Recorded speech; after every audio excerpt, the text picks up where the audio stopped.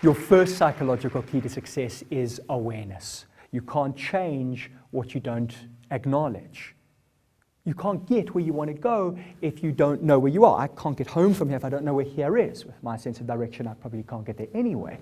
Now, in business, there's a formula that we use to raise our awareness. It's known as a SWOT analysis: strengths, weaknesses, opportunities, and threats. Opportunities and threats tend to be external. Strengths and weaknesses, that's within our control. Strengths, let's celebrate them, build on them. Weaknesses, not the most inspiring word, right? At Sasol, they use the term block to greatness. I know, some of you are thinking, a weakness by any other name is still a weakness, but isn't. Weakness isn't so motivating, right? A weakness creates the sense that this is innate, this is perhaps unchangeable. A block to greatness gets us focusing on what we could be, and that it may just be a little block, and sometimes that's all it is that we could remove. So what are your blocks to greatness? If you don't know, what can you do? Ask. When was the last time that you asked somebody to give you honest feedback on your performance? Look, if you had spinach between your teeth, would you want somebody to tell you? Newsflash, they're not going to. You're going to eat spinach pie for breakfast, go through 8 meetings, get home, look in the mirror and go, why didn't anyone say anything? Why? Because I remember what happened in ancient Rome when the messenger came with bad news. Yeah, he didn't make it home that night. And so people don't want to be in that position. And so that's why we really need to ask them, to remind them that we are interested in improving ourselves, in realizing our potential, and that their feedback, or rather their feed forward, is what enables us to move forward. Your second psychological key to success is choice. It's not chance, but choice that determines our destiny. Most of us don't exercise that power of choice.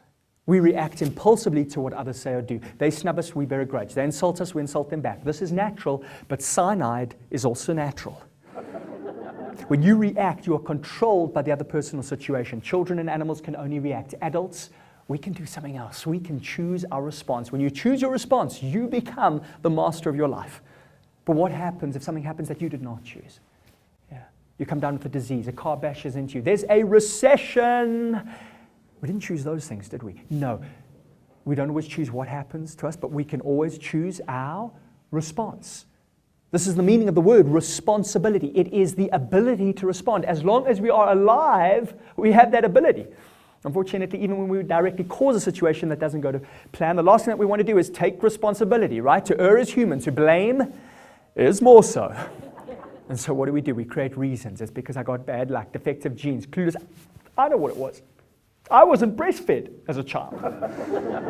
We are so good at finding reasons why we aren't the person that we're meant to be, but it's never too late to be that person when you take responsibility. Your third psychological key to success is thought. There are two main ways that human beings tend to think about anything that happens. We can take a negative, pessimistic view, or we can take a positive, optimistic view. Research tells us that optimists are happier, they're healthier, they tend to be more successful on just about every measure. And it all comes down to how we think about what happens. You see, thoughts are not reality. Thoughts are just an interpretation of reality. Shakespeare's Hamlet, there's nothing either good or bad, but thinking makes it so.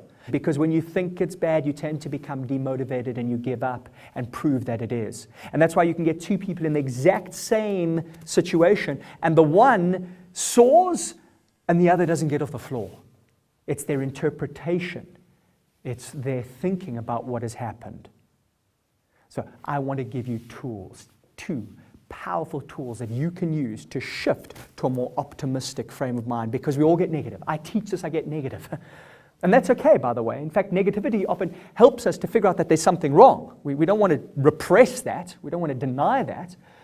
We want to face it, but then we need to shift out of it. And this is how we do that. Helen Keller said, no pessimist ever discovered the secrets to the stars, sailed to an uncharted land, or opened a new heaven to the heart. Instead, the pessimist will tell you that things are going to get a lot worse before they get worse. The pessimist will tell you that behind every silver lining, there's a big, dark cloud. And when the pessimist gets a clean bill of health from his doctor, he's sure to go for a second opinion. The optimist is not naive. She doesn't ignore problems with herself, company, or country, but give the optimist a problem, she'll find the solution. Give the pessimist the solution, and he'll just be looking for the problem.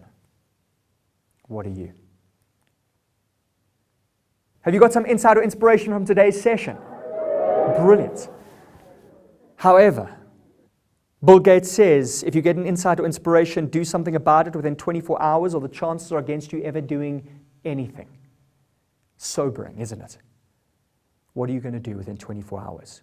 What one thing are you going to do to make this time mean something? Write it down. Make sure it's practical. Don't look out for the ticket to success. Look in. That ticket has got no numbers on it. It's just got 3 letters. A, awareness. C, choice. T, thought. Act. May you use that ticket to create yourselves a great destiny. Thank you.